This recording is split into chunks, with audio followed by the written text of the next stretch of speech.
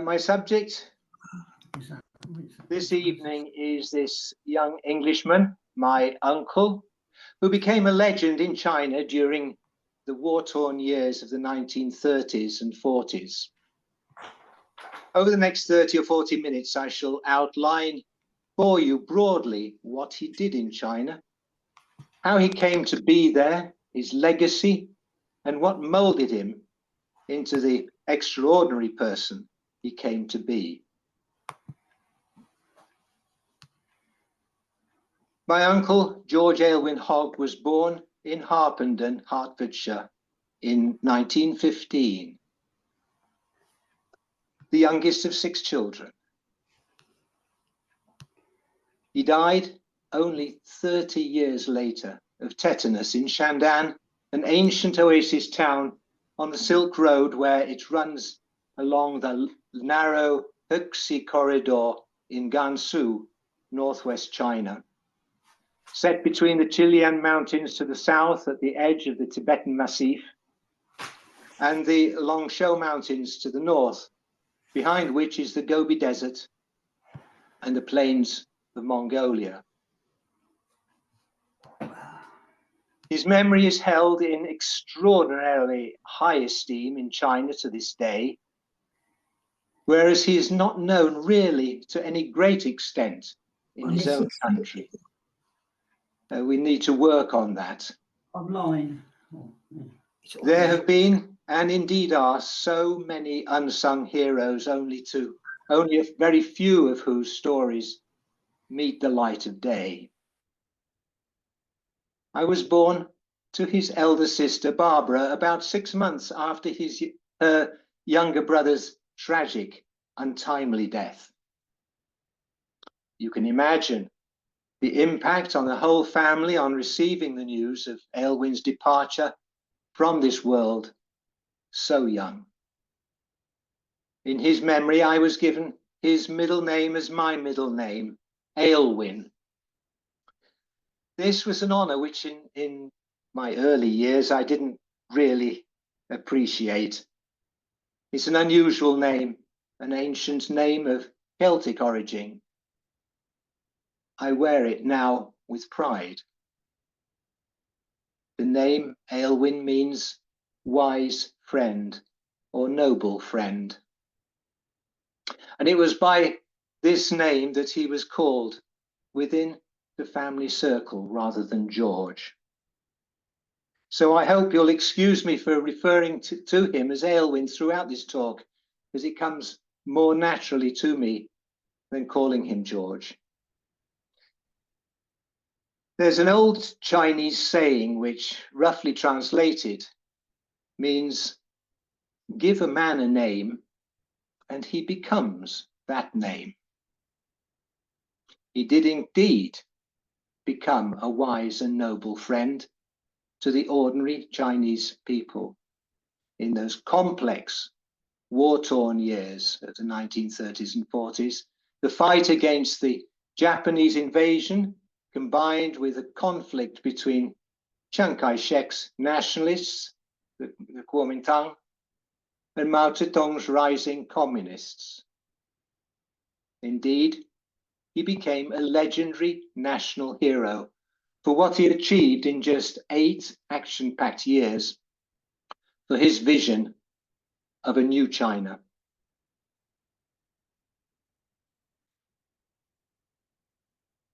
In that short life,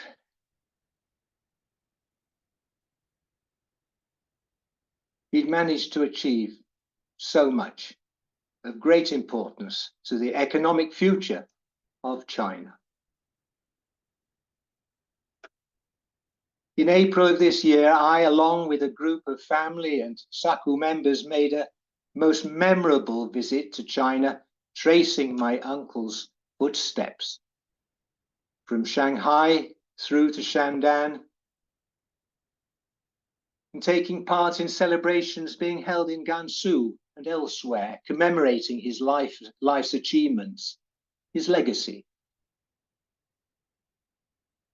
Our recent visit vividly brought back memories of 37 years ago, when in April 1988 I was in China representing Aylwin's family at an unprecedented series of events, the first of which was held in Beijing's Great Hall of the People, no less.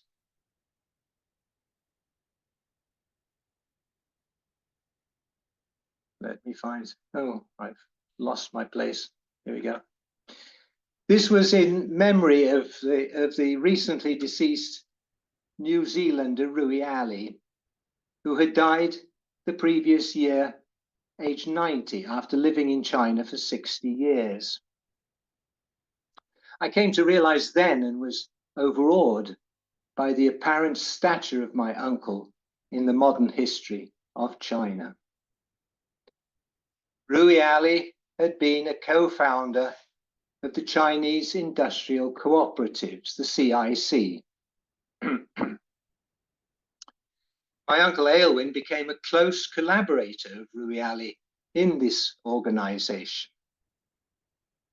First, as a publicity man, he traveled widely, writing articles for newspapers and magazines such as the Manchester Guardian, now the Guardian, The Economist, Times Educational Supplement, and various American newspapers in order to raise awareness and consequently funding for the organization, as well as reporting on the general war situation. Later, as an educator, he was developing technical education within the organization. The aim of the program was to educate the younger generation in accounting, English, technical drawing, mechanics, cooperative principles, self-reliance, basic business acumen, and so on. These young people were to become the future leaders, able to liaise with foreign technical experts, facilitating meaningful exchange with the Chinese technicians, easing the cultural differences and language barriers. During those unprecedented high-profile memorial celebrations in 1988, it became clear to me that in addition to the memory of Rui Ali, my uncle's memory was also being celebrated. Many times, my uncle's name was mentioned, indeed included, in those celebrations, and his epitaph, penned by Rui Ali, was quoted on many an occasion. Through his being and working, many blades of grass will grow in places where none grew before. This epitaph became embedded in my mind.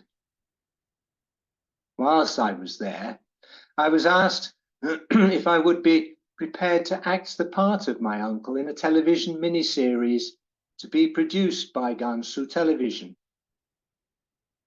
Naturally, I jumped at the opportunity and returned later the same year for 3 months of filming.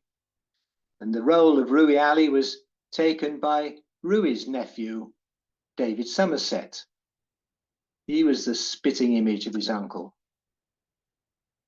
Aylwin's sister Rosemary encouraged me to just be myself. She told me that I was very much like her younger brother in many ways, and she gave me all of her brother's letters and manuscripts, which I read avidly to get into the character I was about to play. And so, following this intense period of getting to know my uncle, I started to write his biography, Blades of Grass, which was finally published in 2017.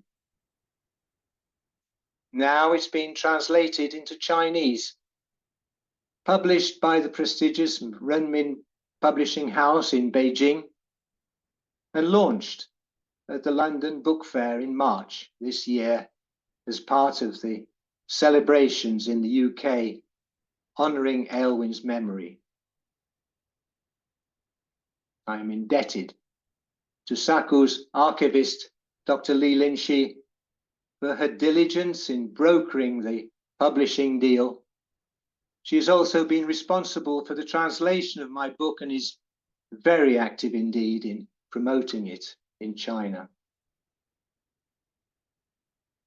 And so now the biography is available to the Chinese-speaking people for them to, I hope, gain greater, more intimate understanding of their national hero, the man behind the legend, where he came from, his background and influences, what molded him into such a very special person who gave his all to China. Following the completion of my book, the boxes of papers that Rosemary had passed to me were greatly received at the Bodleian Library in Oxford, thus being made available in perpetuity to researchers worldwide.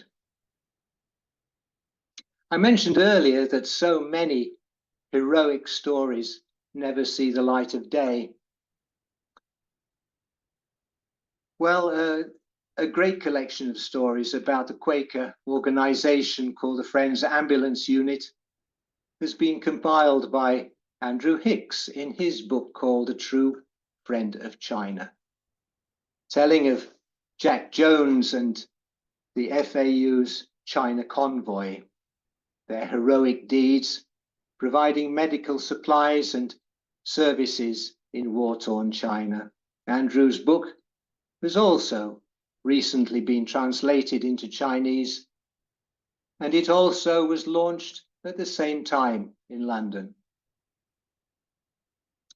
So their stories, together with Aylwin's, are held up high in China as shining examples of friendship and compassion between Britain and China as allies during those war-torn years.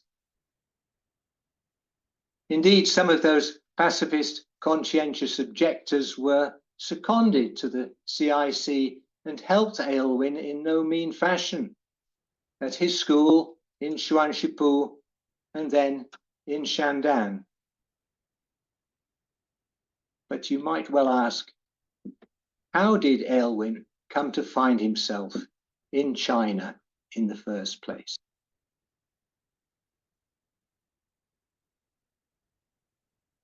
He had what you might call quite a privileged upbringing. His mother was a daughter of a wealthy, innovative shipbuilder, and his father a very successful and prosperous merchant tailor in Hanover Square, London.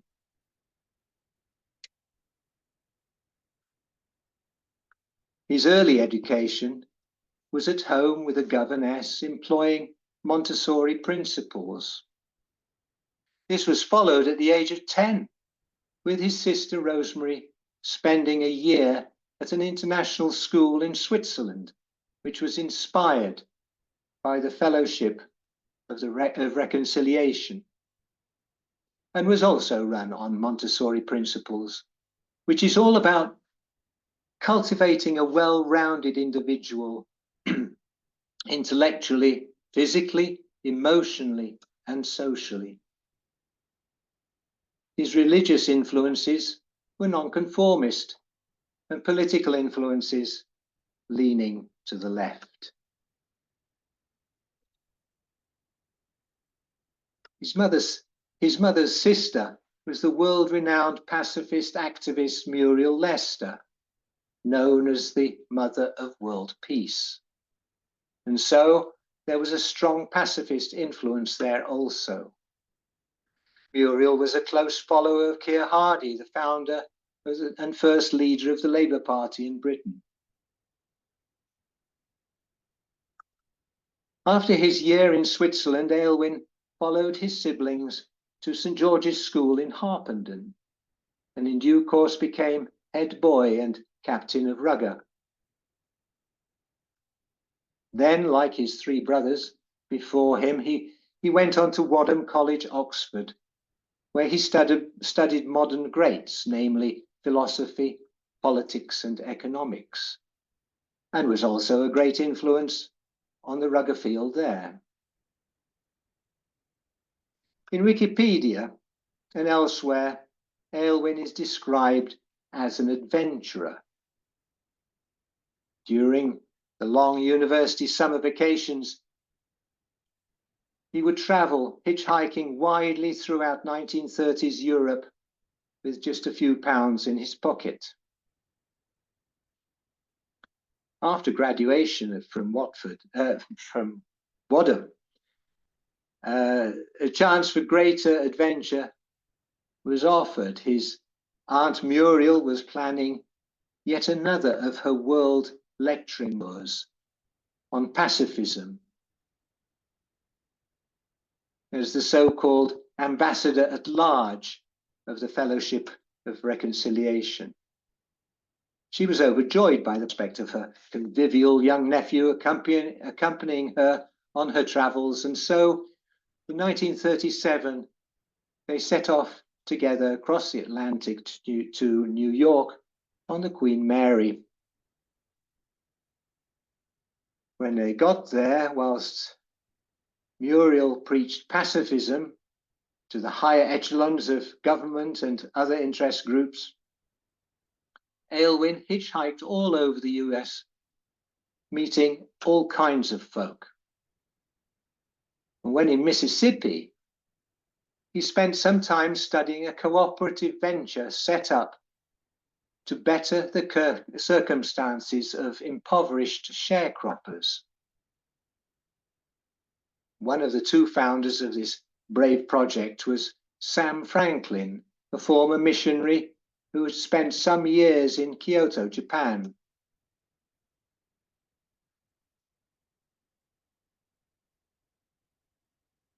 In due course, let me find the next picture, there we go. In due course, Aylwin and Muriel met up in San Francisco and set sail for Japan, and on Christmas Day 1937 arrived in Yokohama. While Muriel preached to Christian and pacifist groups in Japan, Aylwin decided to study the work of Dr. Kagawa, who was the founder of the extensive cooperative movements throughout Japan, started some 20 years earlier. It was Dr. Kagawa's work that had inspired Sam Franklin for his project in Mississippi. Muriel continued on to Shanghai, but Aylwin decided to stay for a while in Japan to get to know the people and the cooperatives. He got to find that the Japanese people were beginning to get some idea that the official propaganda about what Japan was actually doing in China for the good of the Chinese people was very much far from the truth. Aylwin was urged by his Japanese pacifist friends to go ahead with his plan to go to China, find out what was really happening there, and then return to Japan in due course to tell them the real story. So sure enough, in mid-February 1938, Aylwin set off for Shanghai. And this was just 2 months after the infamous rape of Nanjing, the horrific height of the Japanese wanton brutality in China. On her tight travel schedule, Muriel carried on to India to meet with her old friend Mahatma Gandhi, and Aylwin stayed on in China.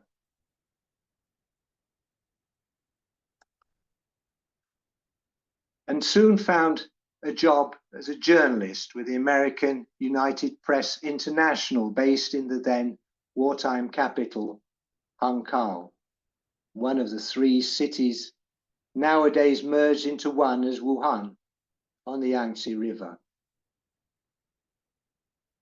His new press credentials allowed him to travel widely and investigate.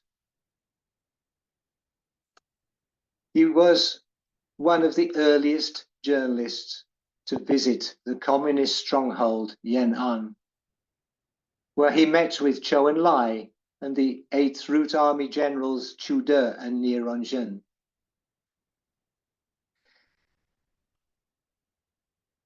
In Hankow, he came across the newly formed Chinese Industrial Cooperatives, the CIC. This was the brainchild of a group of people in Shanghai, including Edgar Snow, Helen Foster Snow, Agnes Smedley, and Rui Ali. The basic idea was to set up masses of small industry, guerrilla industry, you might say. The great industrial regions on the coast had been wiped out by the Japanese. Millions of skilled workers, artisans, had fled with their families inland from the east coast. The hinterland was full of all the raw materials that they would need. The CIC would offer startup funding, organizational skills and loans and marketing. They would encourage cooperation between the different enterprises and provide instruction in basic business principles. In August 1938, the finance minister, Dr. H. Kung, asked Rui Ali to put their ideas into action. Rui Ali duly set up the organization's headquarters in Hankow, and Aylwin was the first Western journalist to visit there for a story in August 1938. And after the interview, Rui suggested to Aylwin that if he'd like a job in the organization, just get in touch. Well, in the light of his own experiences in studying Sam Franklin's and Dr. Kagawa's co-ops, all based on the cooperative principles laid down in Rochester, Lancashire in 1844, self-help, self-responsibility, democracy, equality, etc. Aylwin was fascinated. He was also impressed by this tough, energetic, intelligent and dynamic New Zealander. In October 1938, with the advance of the Japanese on Hankow, many of the foreign journalists there were expelled and told never to return. Aylwin left for Japan, where he fulfilled his obligation to report to his Japanese friends as to the real situation in China. Following this, he secretly made his way via Japanese-occupied Korea and Manchuria and thence to Beijing, which, since the Marco Polo Bridge incident of June 1937, was also held by the Japanese. As his passport made no mention of his new profession as a journalist, the journey was made possible, though hazardous. Then, with the help of English-speaking Chinese university students, he was smuggled out of the city of Beijing into the surrounding Chinese-controlled countryside. His intention was to meet up with the Chinese guerrilla forces, the supreme commander of which he had got to know well when he made his trip as a journalist to Yan'an.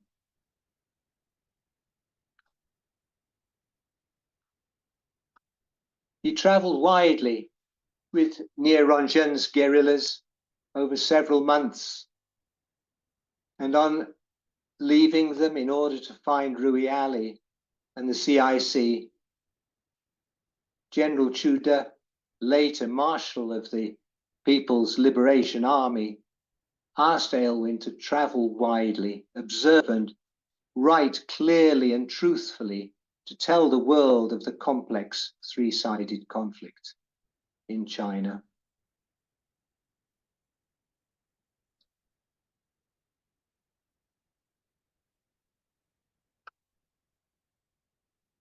In October 1939, Aylwin finally met up with Rui Ali in Baochi, just west of Xi'an, which had become the most dynamic center for the CIC in the northwest. It was here where Aylwin took up his task as publicity man for the whole organization, and in that capacity, he was indeed able to travel widely, gathering colorful stories and writing extensively. In time, they developed the idea for a series of technical training schools, and Aylwin was instrumental in setting these up. The Bailey schools were born, named so after Joseph Bailey, an American missionary, himself an educator and an old friend of Rui Ali. There were successes, there were failures, forever fighting rampant inflation, political sabotage, and Kuomintang corruption. In due course, he took over the running of the school in Shuangshipu, a mountain village in the Qinling Mountains, 60 kilometers southwest of Baochi. He adopted 4 boys, the Nie brothers, all sons of a good friend who was somewhere out there in the war, no one really knew where. Their mother had recently died of some wasting disease in Baochi, perhaps tuberculosis, perhaps cancer.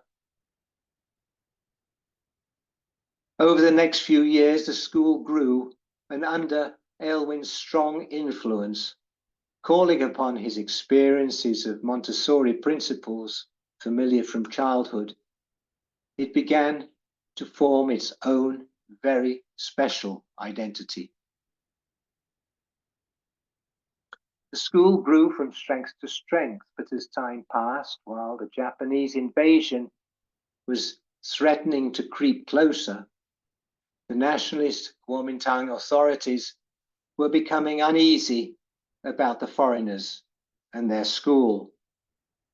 It was time to move. The school occupied a position high on a hillside overlooking a major road junction of 3 routes to the south and east and west. And by the autumn of 1944, the Kuomintang was determined to take over that strategic position and conscript the older boys into their failing army. Aylwin resisted the conscription. And due to that resistance, it landed him in prison for a short while until Rui Ali managed to negotiate his release. Being a foreigner helped. The Kuomintang didn't want to upset their allies, the UK and the US. Zhou Enlai advised them to move westward rather than to the north. In the summer of 1943, one evening, a truck belonging to the Sino-British Science Cooperation Institute based in Chongqing limped into Shuangshipu with broken suspension.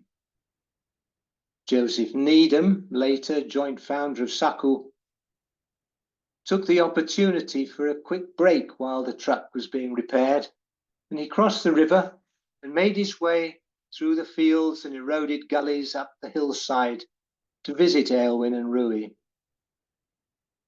And as they talked well into the night, it made sense that Rui would take the offer of a lift with Needham's expedition westward into Gansu to explore. A likely location was found along the Silk Road, alongside the remnants of the extended Great Wall of China, in the ancient oasis town of Shandan. It meant that the 60 students and staff, along with 20 tons of essential machinery and other equipment, should make a journey of roughly 1,000 kilometers over 2 high mountain passes during what was to be the most severe winter in living memory. They constructed carts to be pulled by mules and barrows to be hauled by hand in order to accommodate all their essential possessions, and they set off in late November 1944 on their legendary journey, which became known as their Little Long March. On foot with those carts, it took them several weeks to reach Lanzhou, which was approximately the halfway point. A small fleet of dilapidated trucks was made available to them in Lanzhou to complete the journey, enabling them to reach Shandan in just 4 more days. No doubt a lifesaver. Rui had negotiated with the local authorities for the school to be located within the confines of ruined Buddhist and Taoist temples. But during that autumn, he was in Chongqing tending to major crises within the CIC organization. So the preparation for and the execution of the Little Long March fell upon Aylwin's shoulders. He had a strong core of teaching staff, some of whom were Friends Ambulance Unit men. But the responsibility was his alone. Furthermore, during the spring of 1945, Rui was in Chongqing, again fighting for financial support and for the very survival of the CIC.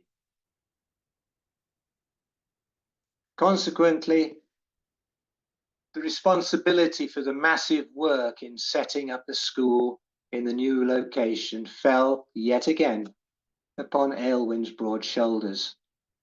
He worked passionately, long and hard through that winter and springtime, driving himself relentlessly.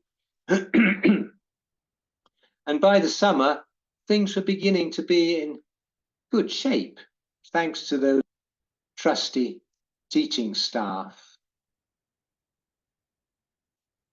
In the summer of 1945, Brian Harland, another co-founder of SACU, came to Shandan to survey and advise about natural resources. He was teaching geology at the West China Union University in Chengdu, and this was the first of 2 summers he spent at the school. In amongst the school buildings, a clearance was made to accommodate the essential basketball pitch. Basketball had become a hugely popular form of exercise in Xuanxipu, and so was a firm requirement in Shandan also. And Aylwin loved to join in, and matches between boys and staff were frequent and popular. In July 1945, while playing basketball with the boys, Aylwin injured his foot, stubbing his toe and breaking the skin. He could never find sandals big enough, his toes forever protruding. The temples had in recent years been used to stable the horses of a local warlord's cavalry, and so the surrounding ground had become infested by the tetanus bacterium. His wounded toe became infected, and tetanus, lockjaw, took hold. He'd survived serious illnesses while in China. Paratyphoid after his evacuation from Hankow, and then typhus soon after leaving Beijing following his return from Japan. Even a mild bout of anthrax contracted from a shaving brush made from unsterilized pig bristles. Also, malaria had become a regular visitor. His strong constitution had always managed to pull him through. Surely he would somehow pull through this time also. However, he was severely run down. Fresh food was hard to come by in those months of winter and spring, in those remote, arid regions. During one calm moment between spasms, he said that he might still pull through, but just in case, he wished to make a will, my all to the Bailey School. Due to an unfortunate oversight, serum had not been included in the medical supplies destined for Shandan. And shortly after Rui's return from Chongqing, and just hours prior to the arrival of serum in a dash from afar, Aylwin finally succumbed, and at the age of only 30, he died, surrounded by his admiring students and beloved adopted sons.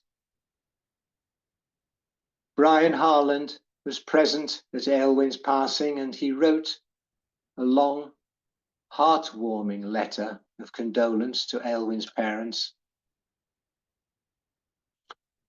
In that short life, George Aylwin Hogg had managed to achieve so much of great importance to the economic future of China.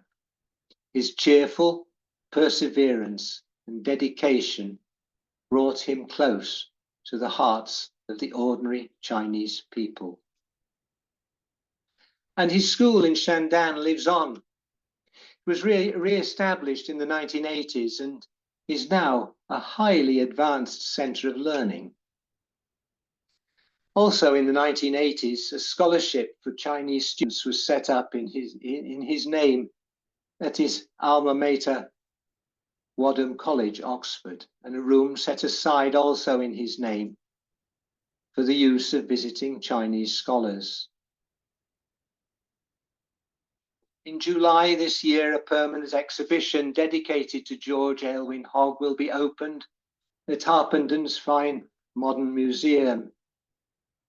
And in September, at the formal celebrations of SACU's 60th and Aylwin's 110th anniversaries, the premiere of CGTN's documentary about Aylwin will be shown. The documentary will then be available worldwide on the China Global Television Network and through their various social media platforms.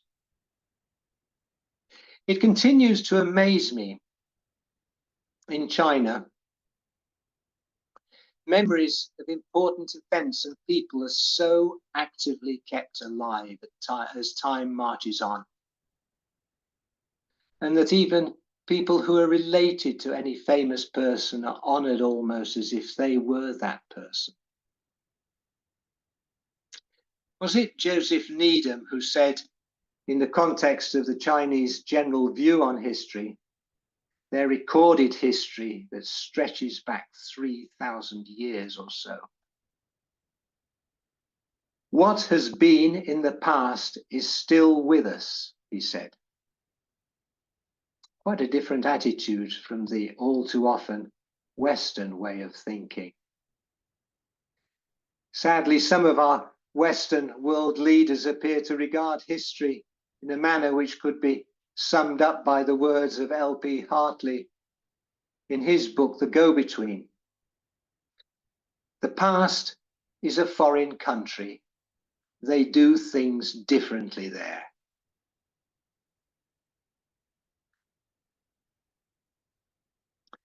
So what can we learn from this story, from this remarkable man, his history?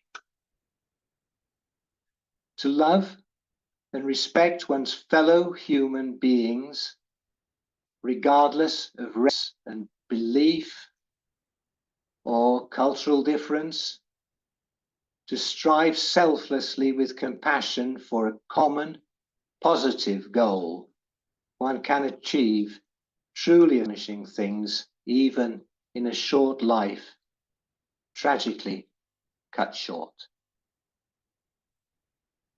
Thank you.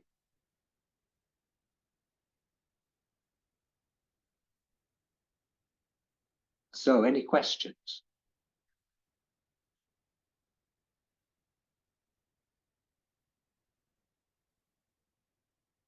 Is everyone on mute?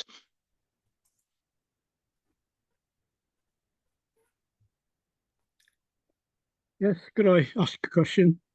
Yes. Yeah, you refer to him as Alwyn. Yes.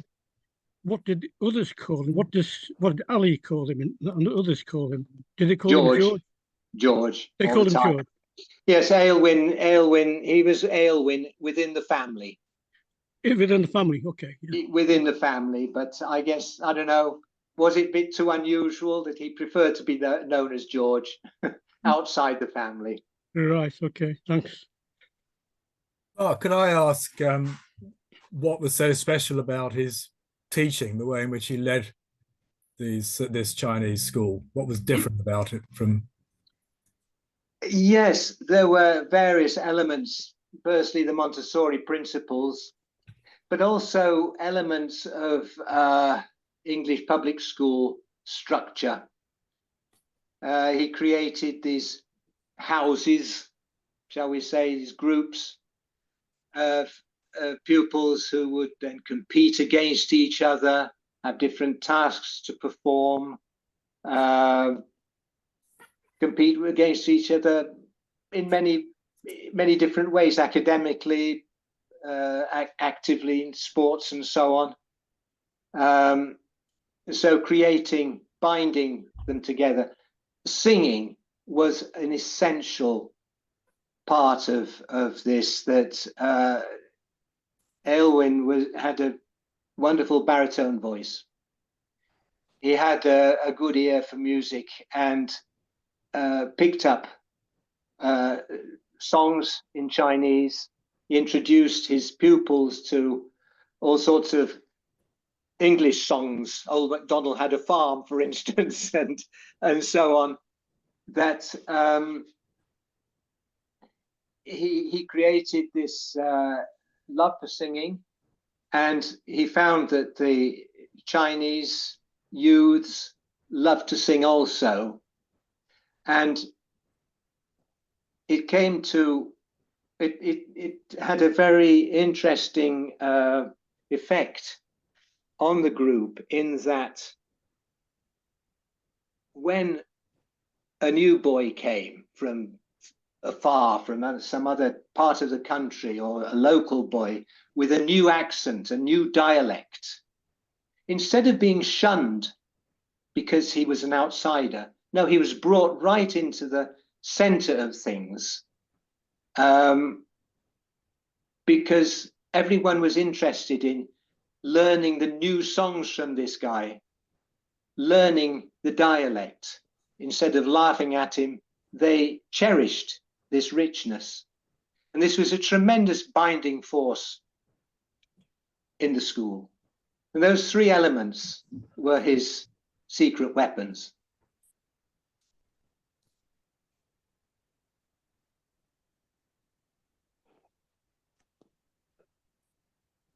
Any more questions?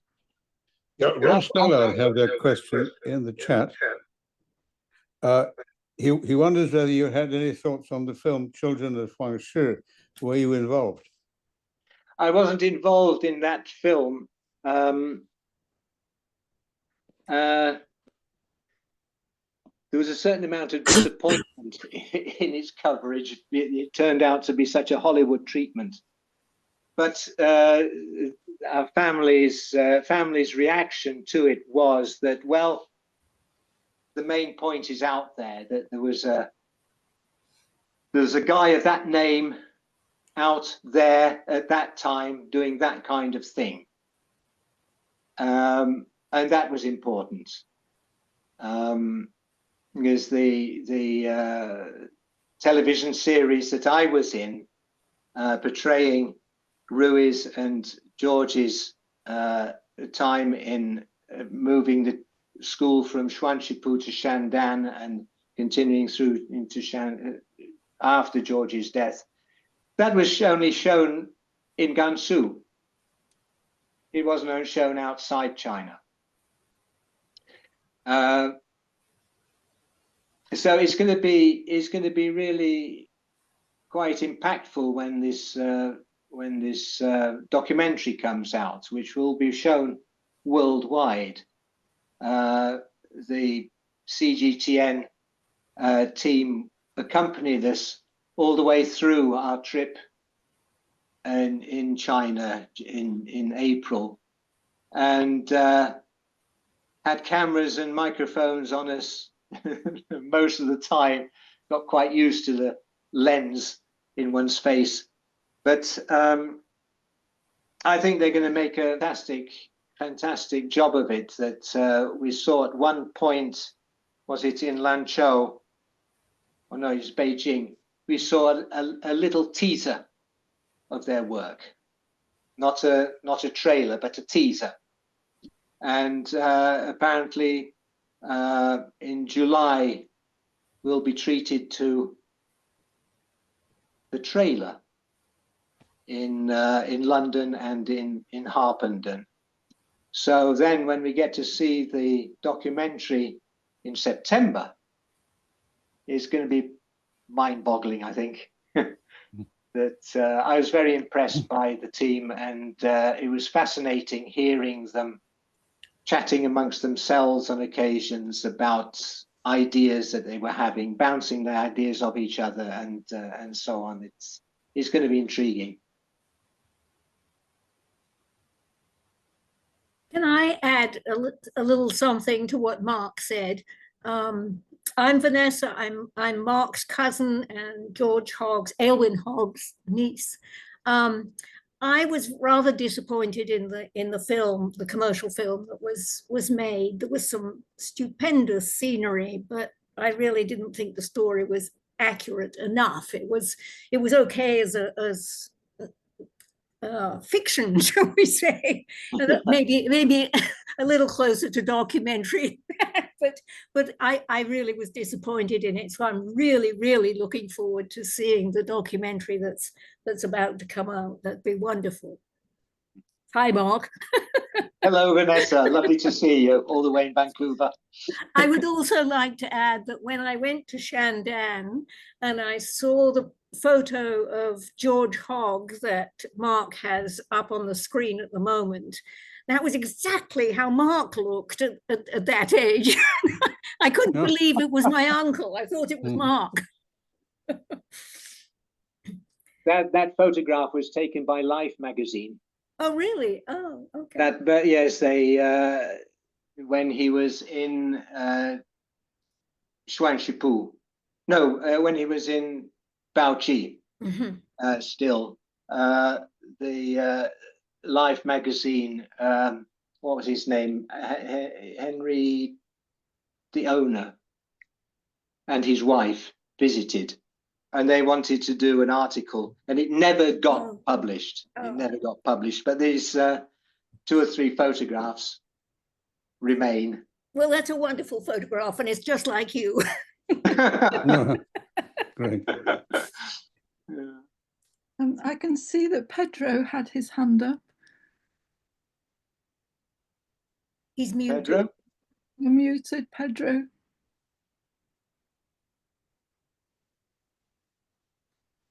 Hello, everybody. Mark again. Hello, Pedro. I think you more or less covered what my question was, but could you tell us, because I mean, there's people here who want on the tour with us, how did the Chinese people and the officials, mostly the officials, and other people we met, remember and celebrated George Hogg? Yes, up until they get hold of my book translation, their story that is put about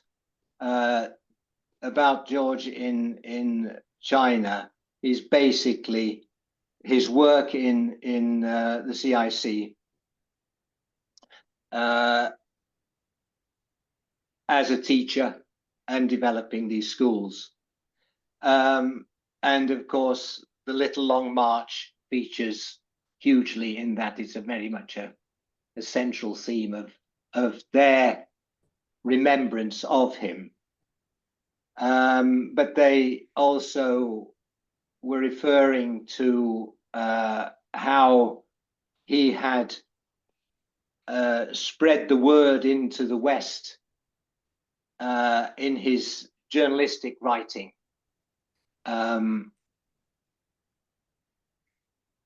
So that's how they remember him, telling the world about what was going on, but also his work in developing these schools. So they didn't really know until now how he came to be in China in the first place, and what his background was, and so on. So I understand that Li Linxi has been distributing copies of this book to the higher echelons of government, apparently, and has had tremendously good feedback from them, saying that this book must be read by everybody, kind of attitude. That they were so impressed to get to understand what was behind this guy, what made him into such a special fellow, and how he came to be in China in the first place. So yeah, he's only been remembered by his work in China so far. Does that answer your question? Okay, good. Mark, Tomiko has a question in the chat. Did he write back home about his ideas and hopes for the future of China? Did he have a diary? He wrote a book, actually, I See a New China. It was published in Boston by the Little Brown and Company in 1944, I think it was.